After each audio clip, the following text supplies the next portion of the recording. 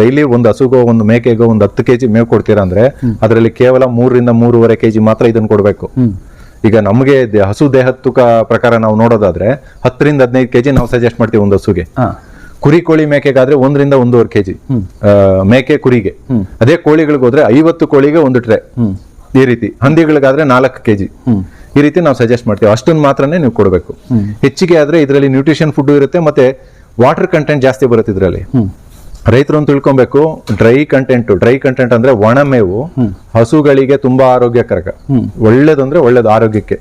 ಅದು fibre content ಅನ್ನ ಕೊಡುತ್ತೆ ಹಸುಗಳಿಗೆ. ಸೊ ಅದು ಕೊಟ್ಟಾಗ ಆರೋಗ್ಯದಲ್ಲಿ ತುಂಬಾ ಚೆನ್ನಾಗಿರುತ್ತೆ. ನಾವಿದನ್ನ ಏನ್ ಮಾಡ್ಬೇಕು, ನ್ಯೂಟ್ರಿಷನ್ ಫುಡ್ ಆಗಿ ಮಾತ್ರ ಕೊಡ್ಬೇಕು, ಕೈ ತಿಂಡಿಗಳ ಬದಲಿಗೆ ಏನಿರುತ್ತೆ ಅಂತ. ನೋಡಿ, ಮೇಯ್ನ್ ಆಗಿ ಬಂದ್ರೆ ಇದನ್ನ ಯಾಕೆ ಕೊಡಬೇಕು, ಏನ್ ಪೋಷಕಾಂಶಗಳಿರುತ್ತೆ, ಮೇವಿಗೂ ಇದಕ್ಕೂ ಏನ್ ವ್ಯತ್ಯಾಸ ಅನ್ನೋದು ರೈತರಲ್ಲಿ ಸಮಸ್ಯೆ ಅಂದ್ರೆ ಒಂದು ಕ್ವಶನ್ ಬಂದೇ ಬರುತ್ತೆ. ಈಗ ಅದಕ್ಕೆ ನಾನೇನ್ ಹೇಳ್ತೀನಿ ಅಂತಂದ್ರೆ, ಇದನ್ನ ನಾವು ಬರೀ ಬಿಸ್ನೆಸ್ ಆಗಲಿ ಅಂತ ಒಂದು ಮಾಡಿಕೊಂಡಿದ್ದಲ್ಲ. ಇದನ್ನ ದೊಡ್ಡ ದೊಡ್ಡ ಯೂನಿವರ್ಸಿಟಿಗಳು ಅಂದ್ರೆ ನಮ್ಮ ಭಾರತ ಸರ್ಕಾರದ ICAR ಆಗಿರ್ಬೋದು, IIHR ಇರ್ಬೋದು, ಮತ್ತೆ ಬೆಂಗಳೂರು ಕೃಷಿ ವಿಶ್ವವಿದ್ಯಾಲಯ, ಬೇರೆ ಬೇರೆ ವಿಶ್ವವಿದ್ಯಾಲಯಗಳು ನಮಗೆ ಕೇಳ್ತಾರೆ. ಅಂದ್ರೆ ಅದನ್ನ ಒಂದ್ ಸ್ವಲ್ಪ ಕಾಂಟ್ಯಾಕ್ಟ್, ಅವರಿಂದ ಕೂಡ ನಮಗೆ ಕಾಂಟ್ಯಾಕ್ಟ್ಸ್ ಬರುತ್ತೆ. ಅವರೇ ನಮ್ಮ ನಂಬರ್ಗಳನ್ನ ಪಾಸ್ ಮಾಡಿದ್ದಾರೆ ಎಷ್ಟೋ ಸಾರಿ.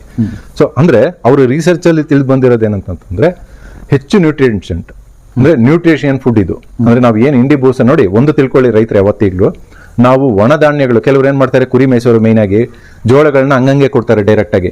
ನಾವು ಒಣ ಧಾನ್ಯಗಳನ್ನ ಯಾವುದೇ ಆಗ್ಲಿ ಮಿಲೆಟ್ಸ್ ಮಾಡಿ, ಕೆಲವರು ಪೈಲೆಟ್ಸ್ ಮಾಡ್ತಾರೆ, ಅಂತಂದ್ರೆ ರೌಂಡ್ ಆಗಿ ಪೈಲೆಟ್ಸ್ ಅಂತ ಮಾಡಿ ಕೊಡ್ತಾರೆ. ನೋಡಿ, ಒಣದಾಗಿ ಇರ್ತಕ್ಕಂಥ ಕಂಟೆಂಟ್ ಯಾವುದು ಕೂಡ 100% ಡೈಜೆಷನ್ ಆಗೋದಿಲ್ಲ. ಕೇವಲ ಆಗದೆ 40 ರಿಂದ 60% ಅಷ್ಟೇ. ನಮಗೆ ಗೊಬ್ಬರದಲ್ಲಿ ಹಸುಗಳಿಗಾಗ್ಲಿ ಕುರಿಯಲ್ಲಾಗ್ಲಿ ಕಣ್ಣಿಗೆ ಕಾಣದೇನೆ ಅದು ಗೊಬ್ಬರದಲ್ಲಿ ಹೋಗಿರುತ್ತೆ 40%. ಡೈಜೆಷನ್ ಆಗ್ದೇನೆ, ಡೈಜೆಷನ್ ಆಗಿಲ್ಲ ಅಂತಂದ್ರೆ ಅದು ವೇಸ್ಟ್ ಅಂತ, ಪೋಷಕಾಂಶಗಳು ವ್ಯರ್ಥ ಆಯ್ತು ಅಂತ ಅರ್ಥ ಅಲ್ಲ. ಸೊ ಇದು ಹಾಗಲ್ಲ. ಇದು ನಿಮ್ಗೆ ನೆನೆಸಿ ನಾವು 8 ದಿನ ನೀರು ಕೊಟ್ಟ ಮೇಲೆ ಅದು 95% ಡೈಜೆಸ್ಟಬಲ್ ಆಗುತ್ತೆ. ಈಗ ಸರ್, ನಾವು ಒಂದು ಸಾಮಾನ್ಯವಾಗಿ ನಮ್ಮ ಇದ್ರಲ್ಲೇ ತಗೊಂಡಾಗ ಮೊಳಕೆ ಕಾಳಿಗೆ ಇರುವಂತ ಒಂದು ಬೆಲೆ ಇದಕ್ಕಿರೋದಿಲ್ಲ, ನಾವು ಡೈರೆಕ್ಟ್ ಆಗಿ ಹಾಕೋದಕ್ಕಿರೋದಿಲ್ಲ. ಹೌದು, ಬರೋದಿಲ್ಲ. ಮೊಳಕೆ ಕಾಳು ತಿನ್ಬೇಕು ಅಂತ ಹೇಳ್ತಾರಲ್ಲ, ಸೊ ಈ ಕಾರಣಕ್ಕೆ ತುಂಬಾ ಒಂದು. ಮತ್ತೆ ಇದ್ರಲ್ಲಿ ಏನಾಗುತ್ತೆ, ನಮ್ಗೆ 8 kg ಮೇವಾಗೋ ಪ್ರೊಸೆಸ್ ಅಲ್ಲಿ ಇದು ಬೇರು, ಕಾಳು ಮತ್ತೆ ಒಳ್ಳೆ ಕ್ವಾಲಿಟಿ ಮೇವು ಬರುತ್ತೆ. ನೋಡಿ, ಇನ್ನೊಂದು ಕೇಳ್ತೀನಿ ರೈತರಿಗೆ, ನಾವು ಹೈಡ್ರೋಪೋನಿಕ್ ಬಗ್ಗೆ ವಿಡಿಯೋ ಮಾಡ್ತೀವಿ ಅಂತ ನೀವು ಫುಲ್ಲು ಇದನ್ನೇ ಕೊಟ್ಟು ಬೆಳೆಸ್ಬೇಕು ಅಂತ ಯಾರಾದ್ರೂ ತಿಳ್ಕೊಂಡ್ರೆ ಅದು ತಪ್ಪಾಗುತ್ತೆ. ಯಾವುದೇ ಕಾರಣಕ್ಕೂ ಹಾಗೆ ಮಾಡಬಾರ್ದು. ಕೇವಲ ಕಾಲು ಭಾಗ ಇಲ್ಲ 30%. ನೀವು ಡೈಲಿ ಒಂದು ಹಸುಗೋ ಒಂದು ಮೇಕೆಗೋ ಒಂದು 10 kg ಮೇವು ಕೊಡ್ತೀರಾ ಅಂದ್ರೆ ಅದರಲ್ಲಿ ಕೇವಲ 3 ರಿಂದ 3.5 kg ಮಾತ್ರ ಇದನ್ನ ಕೊಡಬೇಕು. ಈಗ ನಮಗೆ ಹಸು ದೇಹದ ತೂಕ ಪ್ರಕಾರ ನಾವು ನೋಡೋದಾದ್ರೆ 10 ರಿಂದ 15 kg ನಾವು ಸಜೆಸ್ಟ್ ಮಾಡ್ತೀವಿ ಒಂದು ಹಸುಗೆ. ಕುರಿ ಕೋಳಿ ಮೇಕೆಗಾದ್ರೆ 1 ರಿಂದ 1.5 kg ಮೇಕೆ ಕುರಿಗೆ. ಅದೇ ಕೋಳಿಗಳಿಗೆ ಹೋದ್ರೆ 50 ಕೋಳಿಗೆ 1 ಟ್ರೇ, ಈ ರೀತಿ. ಹಂದಿಗಳಿಗಾದ್ರೆ 4 kg, ಈ ರೀತಿ ನಾವು ಸಜೆಸ್ಟ್ ಮಾಡ್ತೀವಿ. ಅಷ್ಟೊಂದು ಮಾತ್ರನೇ ನೀವು ಕೊಡಬೇಕು. ಹೆಚ್ಚಿಗೆ ಆದ್ರೆ ಇದರಲ್ಲಿ ನ್ಯೂಟ್ರಿಷನ್ ಫುಡ್ ಇರುತ್ತೆ, ಮತ್ತೆ ವಾಟರ್ ಕಂಟೆಂಟ್ ಜಾಸ್ತಿ ಬರುತ್ತೆ ಇದರಲ್ಲಿ. ರೈತರು ತಿಳ್ಕೊಬೇಕು, ಡ್ರೈ ಕಂಟೆಂಟ್ ಅಂದ್ರೆ ಒಣ ಮೇವು ಹಸುಗಳಿಗೆ ತುಂಬಾ ಆರೋಗ್ಯಕರ, ಒಳ್ಳೇದಂದ್ರೆ ಒಳ್ಳೇದು ಆರೋಗ್ಯಕ್ಕೆ. ಅದು ಫೈಬರ್ ಕಂಟೆಂಟ್ ಅನ್ನ ಕೊಡುತ್ತೆ ಹಸುಗಳಿಗೆ. ಸೊ ಅದು ಕೊಟ್ಟಾಗ ಆರೋಗ್ಯದಲ್ಲಿ ತುಂಬಾ ಚೆನ್ನಾಗಿರುತ್ತೆ. ನಾವಿದನ್ನ ಏನ್ ಮಾಡ್ಬೇಕು, ನ್ಯೂಟ್ರಿಷನ್ ಫುಡ್ ಆಗಿ ಮಾತ್ರ ಕೊಡ್ಬೇಕು, ಕೈ ತಿಂಡಿಗಳ ಬದಲಿಗೆ. ಅದು ಕೂಡ ನಾವು 100% ನೀವು ಸ್ಟಾಪ್ ಮಾಡಿ ಅಂತ ಹೇಳಲ್ಲ, ಮುಕ್ಕಾಲು ಭಾಗ ಅರ್ಧ ಭಾಗ ಸ್ಟಾಪ್ ಮಾಡಿ. ಈಗ ನಾವು ತಗೊಳ್ಳುವಂತ ಊಟಗಳಲ್ಲಿ ಯಾವ ರೀತಿ ಒಂದ್ ಸ್ವಲ್ಪ ಕಾಯಿ ಪಲ್ಯ ಒಂದ್ ಸೈಡ್ ಊಟದ ಜೊತೆಗೆ ಆ ರೀತಿ ಇದನ್ನ ಕೊಡಬೇಕು. ಖಂಡಿತ ಹಂಗೆ ಮಾಡಿ ಕೊಡ್ಬೇಕು.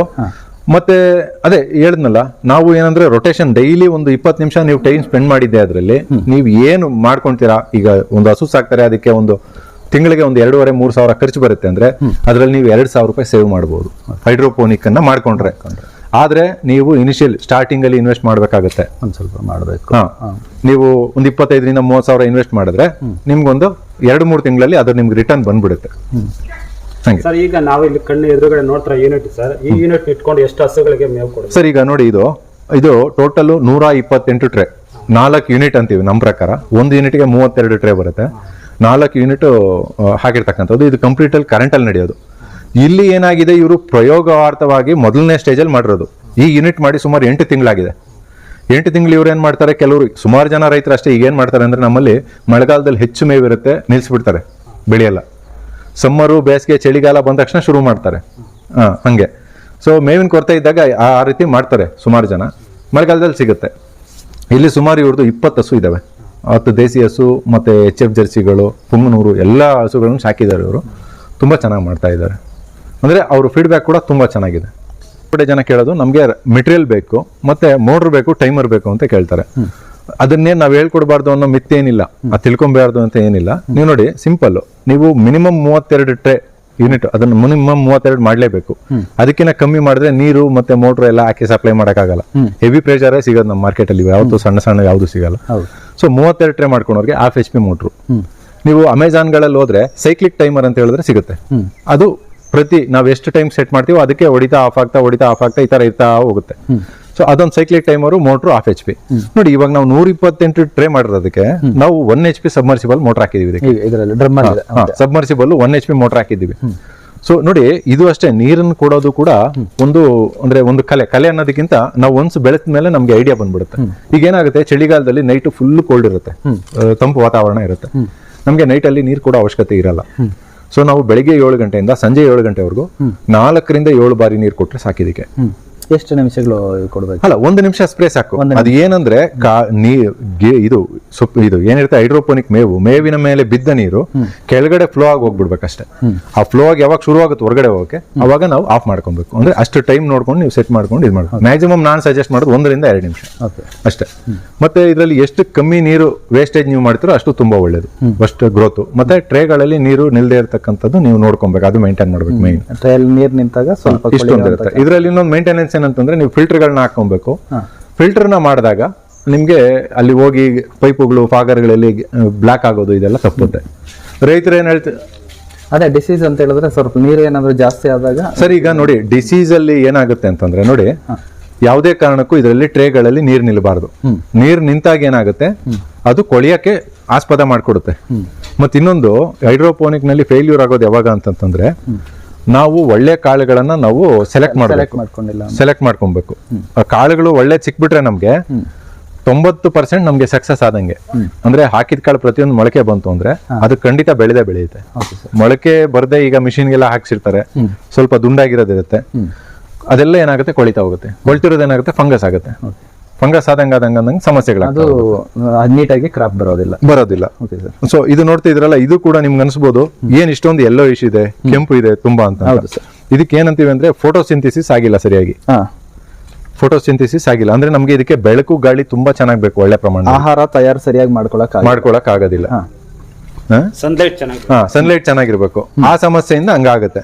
ಸೊ ನಾವೀಗ ಏನ್ ಸಜೆಸ್ಟ್ ಮಾಡಿದೀವಿ ಅಂತಂದ್ರೆ, ಈಗ ಏನ್ ಮಾಡ್ತಾರೆ ಸುಮಾರು ರೈತರು, ನಮ್ಗೆ ಶೇಡ್ ನೆಟ್ ಹಾಕೊಟ್ಟಿಲ್ಲ, ಬರೀ ಸ್ಟ್ಯಾಂಡೇ ಮಾಡ್ಬಿಟ್ಟಿದ್ದಾರೆ ಅಂತಂದ್ರೆ, ಅಂದ್ರೆ ಆಯಾ ಜಾಗಕ್ಕೆ ತಕ್ಕನಂಗೆ ಮಾಡ್ಕೊಬೇಕು.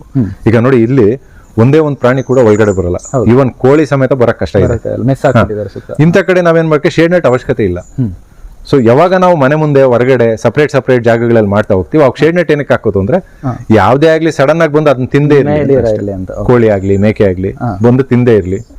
ಇವರು ಈಗ ಏನ್ ಮಾಡಿದಾರೆ, ಶೆಡ್ ಒಳಗಡೆ ಇರೋದ್ರಲ್ಲೇ ಶೆಡ್ ನೆಟ್ ಹಾಕಿದ್ದಾರೆ. ನಾವೇನ್ ಸಜೆಸ್ಟ್ ಮಾಡ್ತೀವಿ, ಬೇಡ ಅಂತಾನೆ ತೆಗ್ದಾಕ್ಬಿಟ್ಟಿದ್ವಿ ನಾವು, ತೆಗಿಸಕ್ ಹೇಳಿದ್ವಿ. ಸಾಧ್ಯ ಆದ್ರೆ ಇದನ್ನ ತೆಗೆದು ಬಿಡೋದೇ ಒಳ್ಳೇದು. ಓಕೆ ಸರ್, ಇದೊಂದು ವಿಚಾರ ಆಯ್ತು. ಸೊ ಇನ್ನ ಒಂದು ಮೆಥಡ್ ಹೇಳ್ತೀನಿ ನಾನು. ಏನ್ ಹೇಳ್ತೀನಿ ರೈತರಿಗೆ ಅಂತಂದ್ರೆ, ದೊಡ್ಡ ಪ್ರಮಾಣದಲ್ಲಿ ಮಾಡಕ್ ಹೋಗ್ತಾರೆ ಕೆಲವು. ಅಂದ್ರೆ ಈಗ 50 ಹಸು, 100 ಹಸು, 20 ಹಸು. ನೋಡಿ 100 ಟ್ರೇ ಮೇಲೆ ಯಾರು ಮಾಡ್ತಾರೋ ಅವರೆಲ್ಲ ದೊಡ್ಡ ಪ್ರಮಾಣದಲ್ಲಿ ಮಾಡೋರೆ. ನೀವು ತುಂಬಾ ಅಂದ್ರೆ ಲಾಂಗ್ ಟರ್ಮ್ ಅಂದ್ರೆ, ಇಲ್ಲಪ್ಪ ನಾನು ಕಂಟಿನ್ಯೂಸ್ ಇದನ್ನ ಬೆಳಿಲೇಬೇಕು ಕೊಡ್ಲೇಬೇಕು ಅಂತಂತಿದ್ರೆ, ನೀವು ಒಂದು ಪ್ರೊಟೆಕ್ಟೆಡ್ ರೂಮ್ ಮಾಡ್ಕೊಂಡು ಮಾಡೋದು ಒಳ್ಳೇದು. ಪ್ರೊಟೆಕ್ಟೆಡ್ ರೂಮ್ ಅಂದ್ರೆ ಒಂದೇ ಒಂದು ನೊಣ ಕೂಡ ರೂಮ್ ಒಳಗಡೆ ಹೋಗ್ಬಾರ್ದು, ಬಟ್ ರೂಮ್ ಒಳಗಡೆ ಬೆಳಕಬೇಕು. ಅಂದ್ರೆ ಅದಕ್ಕೆ ಏನ್ ಮಾಡ್ಬೇಕು, ಶೀಟ್ಗಳು, ಟ್ರಾನ್ಸ್ಪರೆಂಟ್ ಶೀಟ್ಗಳು ಹಾಕೊಬೇಕು. ಅದಕ್ಕೆ AC ಫಿಟ್ ಮಾಡಬೇಕು. AC ಆಗಿಲ್ಲ ಅಂದ್ರೂ ಫ್ಯಾನ್ ಪ್ಯಾಡ್ ಕೂಲಿಂಗ್ ಸಿಸ್ಟಮ್ ಅಂತ ಬರುತ್ತೆ. ಫ್ಯಾನ್ ಪ್ಯಾಡ್ ಕೂಲಿಂಗ್ ಸಿಸ್ಟಮ್ ಇಲ್ಲ AC, ಈ 2 ಮೆಥಡ್ಗಳನ್ನ ಬಳಸಿ ಮಾಡಿದಾಗ 100% ರಿಸಲ್ಟ್ ತೆಗಿಬಹುದು ನಾವು. ಅಂದ್ರೆ 8 kg 10 kg ಕಂಪಲ್ಸರಿ ಒಂದು ಟ್ರೇಗೆ ಬಂದೇ ಬರುತ್ತೆ ಅವಾಗ. ಆ ರೀತಿ ನಾವು ಮಾಡ್ಕೊಬಹುದು. ಸೊ ಅದು ಮಾಡಿದಾಗ ಏನಾಗುತ್ತೆ, ಹೆವಿ ಬಂಡವಾಳ ಬೀಳುತ್ತೆ ರೈತರಿಗೆ, ಬಟ್ ಒನ್ ಟೈಮ್ ಇನ್ವೆಸ್ಟ್ಮೆಂಟ್. ನಾನು ಮೇಯ್ನ್ ಆಗಿ ನಮ್ಮ ಕರ್ನಾಟಕದಲ್ಲಿ ಮಂಗಳೂರಿಂದ ಕಾರವಾರದವರೆಗೂ ಯಾರ್ಯಾರಿದ್ದಾರೆ, ಗೋವಾ ಬಾರ್ಡರ್ವರೆಗೂ, ಆ ರೈತರಿಗೆ ಅದು ಸೀ ಕೋಸ್ಟಲ್ ಅಲ್ಲಿ ಹ್ಯುಮಿಡಿಟಿ ಸಿಕ್ಕಾಪಟ್ಟೆ ಬರುತ್ತೆ. ಅವ್ರಿಗೆ ಸಜೆಸ್ಟ್ ಮಾಡೋದೇನಂದ್ರೆ, ಕಂಪಲ್ಸರಿ ನೀವು AC ಮಾಡಿಬಿಟ್ಟೆ ಮಾಡಬೇಕು. ನಮ್ಮ ಏನಿದೆ ಹಾಸನದಿಂದ ಮೇಲೆ ಬಂದಾಗ ನಮ್ಮ ಈ ಪ್ರದೇಶಗಳಲ್ಲಿ ತುಮಕೂರು, ಚಾಮರಾಜನಗರ, ಮೈಸೂರು, ಮಂಡ್ಯ, ಮದ್ದೂರು ಮತ್ತೆ ಬೆಂಗಳೂರು ಗ್ರಾಮಾಂತರ ಜಿಲ್ಲೆಗಳು, ಇಲ್ಲೆಲ್ಲ ನಮ್ಗೆ ಅಷ್ಟು ಏನು ತುಂಬಾ ಹ್ಯುಮಿಡಿಟಿ ಇರಲ್ಲ. ಮಂಗಳೂರು ಕಡೆ ಹೋದ್ರೆ ನಮ್ಗೆ 80 ದಾಟತ್ತೆ ಹ್ಯುಮಿಡಿಟಿ. ಸೊ ಇದು 35 ಒಳಗಡೆ ಇದ್ರೆ ಆರಾಮ್ಸೆ ನೀವು ಬೆಳ್ಕೊಬಹುದು, ಏನೋ ಉಷ್ಣಾಂಶ ಕೂಡ. ಸೊ ನಿಮ್ಗೆ ತುಂಬಾ ಎಕ್ಸ್ಟ್ರೀಮ್ ಸಮ್ಮರು ಆ ತರ ಈ ತರ ಮಂಗಳೂರು ವಾತಾವರಣಗಳು ಹ್ಯುಮಿಡಿಟಿ ಇದ್ದಾಗ AC ಮಾಡಿದ್ರೆ, ನಿಮ್ಗೆ ಇಲ್ಲೂ ಕೂಡ AC ಮಾಡ್ಬೋದು ನಾವು, ಬಟ್ ಒಳ್ಳೆ ಇದು ಬರುತ್ತೆ, ರಿಸಲ್ಟ್ ಚೆನ್ನಾಗಿರುತ್ತೆ. ಸೊ ಮೇಯ್ನ್ ಆಗಿ ನೋಡಿ ರೈತರು, ನೀವು ಹೈಡ್ರೋಪೋನಿಕ್ ಮಾಡುವಾಗ ಒಂದು ಗಮನದಲ್ಲಿ ಇಟ್ಕೊಳ್ಳಿ, ಟ್ರೇ ಸೈಜ್ ಏನಿದೆ ಟ್ರೇ ಎಷ್ಟಿದೆ, ಟ್ರೇ ಸೈಜನ್ನು ಕೇಳೋದು ಮತ್ಬೇಡಿ. ಅರ್ಧ kg ಹಾಕೋ ಟ್ರೇನುಗಳು ಇದಾವೆ, 1.5 ಬಳಸೋದು 2 ಅಡಿಗೆ 1.5 ಅಡಿ ಇರ್ತಕ್ಕಂಥ ಟ್ರೇಗಳು. ಇದಕ್ಕೆ ಸುಮಾರು 1.5 kg ಇಂದ 2 kg ವರೆಗೂ ಕೂಡ ಹಾಕ್ಬೋದು, ಮಂದಕ್ಕೆ ಬರುತ್ತೆ 2 kg ಹಾಕಿದ್ರೆ. ಮತ್ತೆ ಇನ್ನೊಂದು ಸರ್ವಿಸ್ ನಲ್ಲಿ ಕೇಳ್ತಾರೆ ನೋಡಿ, ನಾನು ಇರೋದು ಹೇಳಿದ್ದೀನಿ ಹಾಗೆ, ನಮ್ದು ಇರೋದು ಬೆಂಗಳೂರು ಗ್ರಾಮಾಂತರ ದೊಡ್ಡಬಳ್ಳಾಪುರ. ನಮ್ಮಲ್ಲಿ 10-20 ಕಿಲೋಮೀಟರ್ ವರೆಗೆ 25,000ಕ್ಕೂ ನಾವು ಯೂನಿಟ್ ಮಾಡ್ಕೊಡ್ತೀವಿ.